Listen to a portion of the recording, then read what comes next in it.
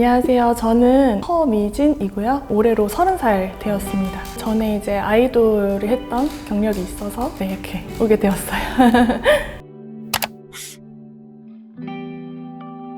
저희가 멤버가 한번 교체가 됐었는데 재데뷔를 위해서 준비를 다시 했었어요. 그래서 노래도 다시 받고 춤도 다 받고 연습도 다 해놓고 녹음까지 완전히 끝낸 상황에서 어떻게 보면 좀 통보를 받았죠. 다 결정이 된 다음에 얘기를 들었고 어쩔 수 없이 좀 많이 아쉽게도 원치 않게 좀 해체를 하게 됐습니다. 그때 2년 정도 했던 것 같아요. 네, 횟수는 3년.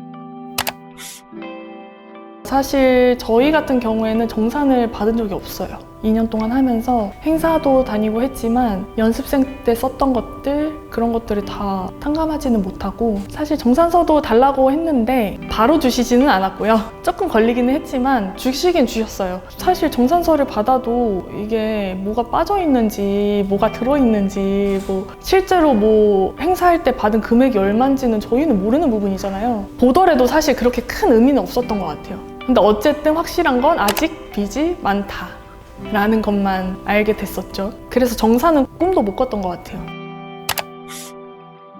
이 업을 계속 포기하고 싶지가 않아서 같이 나온 멤버 언니랑 우리 같이 들어갈 수 있는 소속사를 한번 찾아보자 라고 했었고, 그때 당시에도 이제 DM에서 이제 많이 오디션 보러 오라는 그런 제의가 굉장히 많았었는데 그 중에 한 곳을 이제 컨택을 해서 여기 한번 가보자 해서 이제 가게 됐고 사람들이 너무 좋더라고요. 그때 이제 다시 같이 시작을 하게 된 거죠. 사실 저 첫 데뷔가 늦은 나이였어요. 그래도 온 기회를 잡고 싶어서 시작을 하게 됐던 건데 저는 사실 여유가 없었거든요. 이 상태로 가면은 나는 데뷔를 할 수 없을 것 같은데 라는 생각이 이제 들기 시작했고 왠지 데뷔를 못할 것 같다라는 생각이 좀 들었어요. 저희는 많이 그런 걸 다 겪어왔잖아요. 우리는 이대로 가다가 그냥 흐지부지 끝날 수도 있겠는데 그럴 거면 그냥 빨리 그만두는 게 좋겠다 라고 이제 얘기가 돼서 그때 이제 바로 나오게 됐습니다. 그래서 결국에 진짜로 실제로 여자들은 데뷔를 하진 않았어요.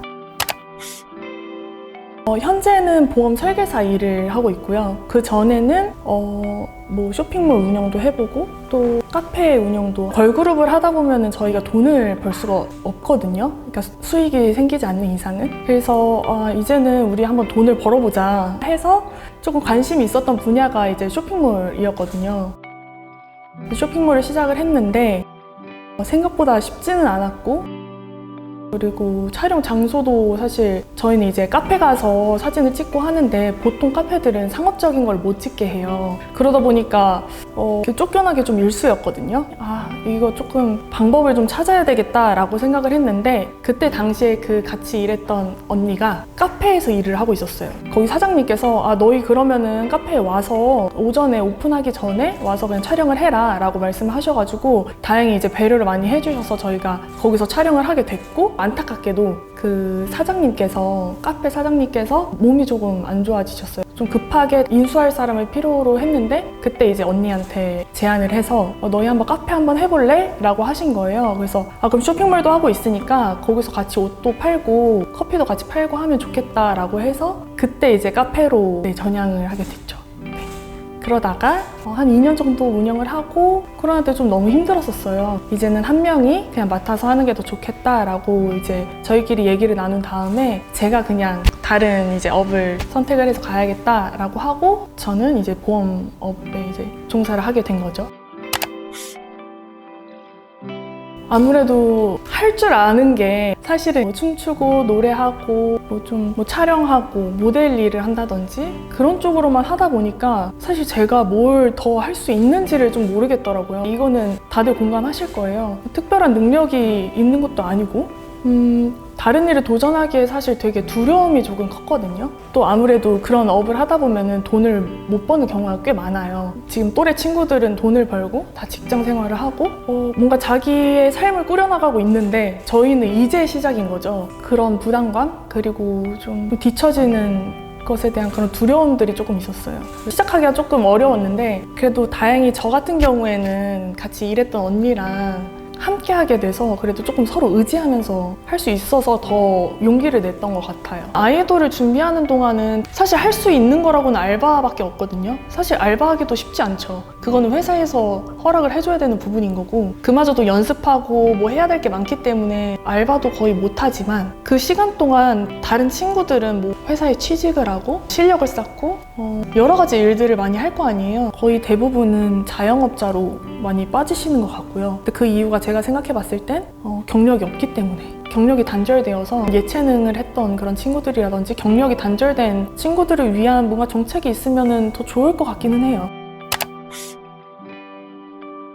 제도적으로 보완될 부분 있죠. 어쨌든 이 친구들도 뭔가 내 인생을 걸고 이 소속사를 선택을 한 거잖아요. 근데 많은 문제점들 중 하나는 잘 밀어주는 아티스트가 있는 반면 내가 소속이 되어 있어도 안 밀어주는 경우도 정말 허다하게 많거든요. 그래서 그런 부분들에 대해서는 조금 많이 시정되어야 하지 않나라고 생각이 들기는 해요. 솔직히 계약서를 저희가 마음대로 수정을 하는 거를 거의 받아주지 않거든요. 작은 회사는 물론이고 큰 회사는 더더욱 그렇겠죠. 무조건 절대 이길 수 없게끔 함정을 파놓고 만들어 놓은 게 그 계약서란 말이죠. 표준 계약서도 사실 좀 불리하게 되어 있다고 생각을 하는데 그거를 또 수정을 해서 이제 회사에서 또 만들어낸 계약서는 노예 계약이 맞다라고 할 만큼 그러니까 나는 인생을 걸고 왔는데 이 회사에서 나를 밀어주지 않을 수 있고 그렇게 되면 나는 이 젊음을 통째로 날리는 건데 거기에 대한 책임은 사실상 회사가 지는 경우는 거의 없죠. 거의 이제 연습생들이 책임을 지고 나간다든지 막대한 위약금을 물고 나간다든지 그런 경우들이 거의 대부분이고